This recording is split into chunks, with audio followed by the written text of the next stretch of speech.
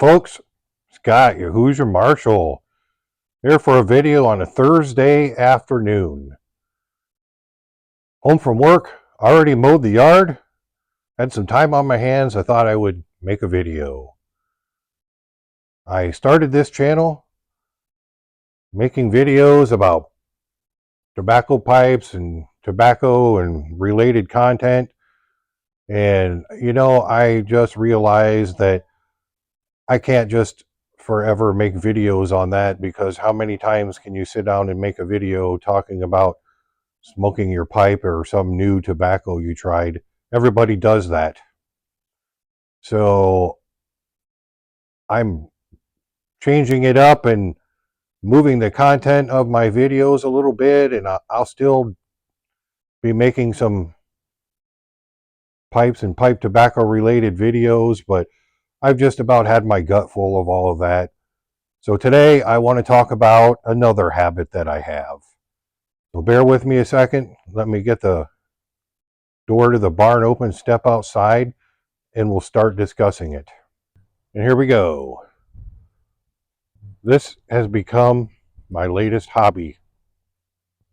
Stockpiling my firewood for the winter, so I can stay in my barn and do whatever the hell I want, smoke my pipe, drink beer, whatever I feel like, and be warm through the course of the winter. So this weekend, I cut down a large maple tree that was in my yard, and there it is,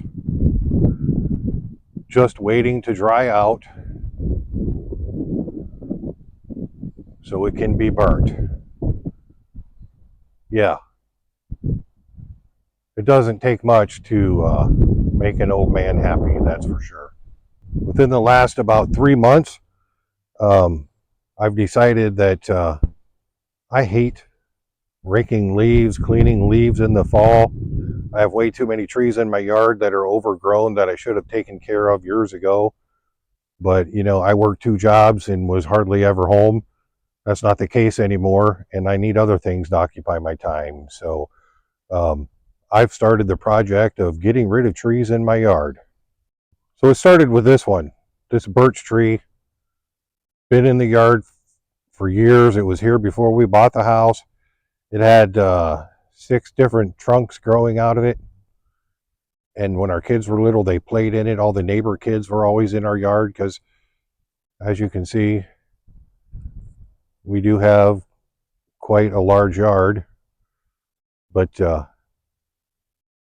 it was time for this tree to go. It was developed quite a lean.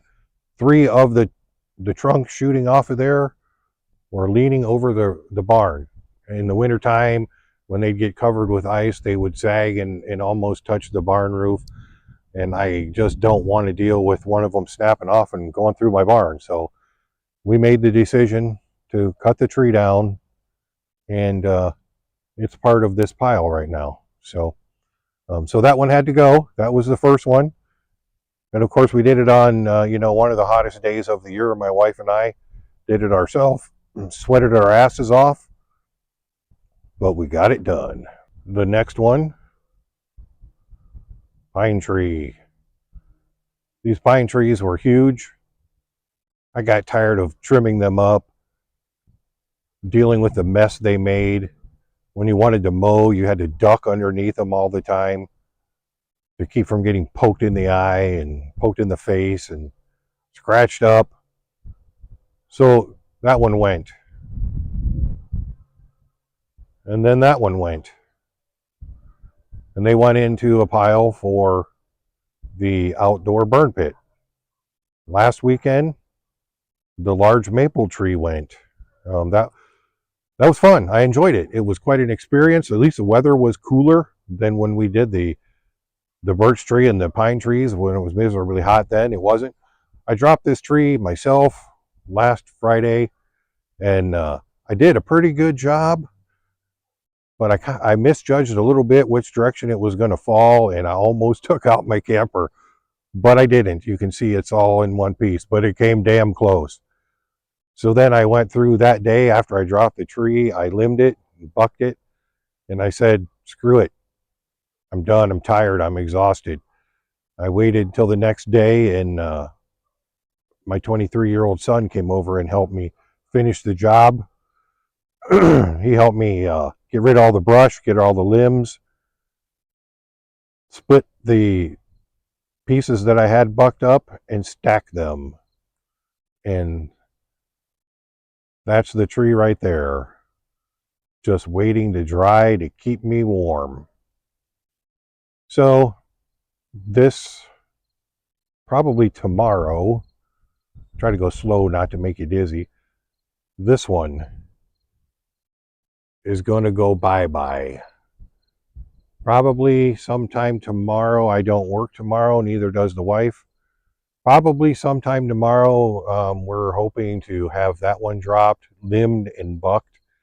And then over the course of the weekend, we can work on getting her split and stacked up. And of course, you know, if that's what you're going to do to occupy yourself and to keep yourself warm in the winter and make it your hobby, you need the tools to make it happen. So that's what I'm going to talk about next. It all started with this little guy right here, this Poulan 2000. 16-inch bar. Many years ago, my father-in-law gave it to me. And I just used it to trim trees here and there around the yard. And when a larger limb fell out of a tree, I cut it up. It works good for that. But if you're not using equipment like this often, it sits. Your carburetor gums up. Your fuel lines get hard and brittle. It causes a bunch of headaches. And if you want to use them again, you've got to go through and tear your carburetor apart, clean it up, and put a new fuel line in it. But it has served me well. It just was not big enough once I started actually cutting wood to do what I needed to do. So last fall, I purchased this. It's a Poulan PR 4218, 18-inch bar, 42 cc. It's a decent saw. It just really was not powerful enough. It got me through last year. I cut wood and kept myself warm with it, so I can't complain about it. It just didn't have the power I wanted it to have. And these Poulan saws, this generation here, when you use them, you get them hot, you turn them off, set them down, then you grab them to restart them to use them again. They don't want to restart. So I did a lot of research, and I found videos on YouTube talking about making the gap on your spark plug wider to help with that issue. I did. It helped some, but it fought me all winter and pissed me off, so I decided I wanted a better saw. So, I don't know, 6 weeks ago, before I started cutting down the big maple trees in my yard, I went out and bought a Husqvarna. This one right here is a Husqvarna 455 Rancher. And if you know anything about Husqvarna, the first number is the generation model. So that's a fourth generation. 55 cc, it's actually 55.6 cc. Much more powerful than that 42 cc or that little one right there. Very impressed with Husqvarna. This thing chews through wood. Matter of fact, I was so impressed with that one. I bought it off of the marketplace, and I'm sure it's going to serve me well. This saw has so much power that it actually has, if I can show you here, right there, a decompression lever. This saw has so much compression that to help you start it, you push that button in, and it makes it a little easier to pull. But very impressive. Cannot go wrong with a Husqvarna. Well, then I got a wild hair up my ass and decided I'm like Tim the Toolman Taylor, and I need more power. So I was watching Facebook Marketplace, and my wife actually found this one. When she saw it, it had been listed for 8 minutes. The guy wanted $50 for it. And I realized that I knew the guy, and he only lived about 5 miles from us. I messaged him right away, said, if you still have that saw, I'll be there in 5 minutes. He said, yep, come and get it. So it did run. He had a video of himself running it on the marketplace post, but this is a Husqvarna 266. So it's second generation 66 cc. It's actually 66.7 cc. And holy shit, does this thing have some power and some torque. You need to be a man to start it because it does not have a decompression lever.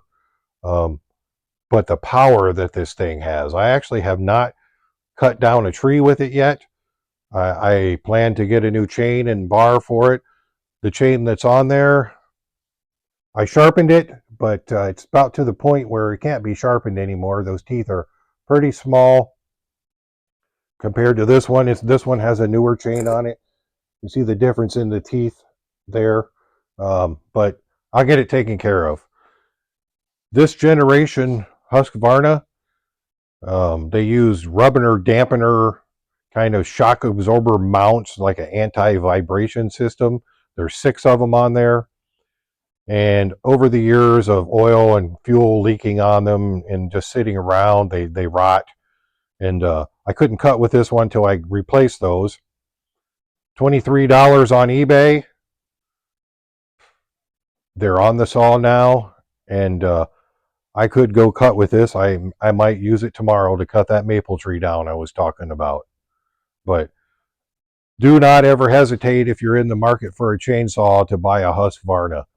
This model right here, 266, after I didn't even know what model it was because all the stickers are worn off of it, but I did a bunch of research and figured out it's a 266. They're pretty highly sought after and collectible, honestly. This chain brake right here, you see the difference? This is steel. That's plastic. That's steel. That's plastic, and that's plastic. That one doesn't even have a chain brake, but plastic. I paid $50 for this saw. It runs amazing. I spent $23 on the mounts. The tensioner for the chain had a problem. I fixed that. It was $3 for a bolt and some other little piece I needed. Fixed that. So what do I have, like $80 in this saw? I could take this off right here, put it on eBay, and get $150, $200 just for that part, because parts are getting harder for them to, it's getting harder to find parts for them, and the guys who know what they are want to keep them going. So I don't think I did bad at all with that one, and I'm excited to cut a tree down with it. Okay, so there's my addiction, my second addiction. If I can hold this thing straight. There again, look for a little different content from my videos. I will still make some pipe and pipe tobacco related videos, but I'm done dealing with a bunch of damn crybabies. I'm going to do what I want because I'm free and I can. I cannot believe how the people in this group just bitch and whine and moan. Sickens me. But life goes on. Till my next video, this is Scott, your Hoosier Marshal. Take care.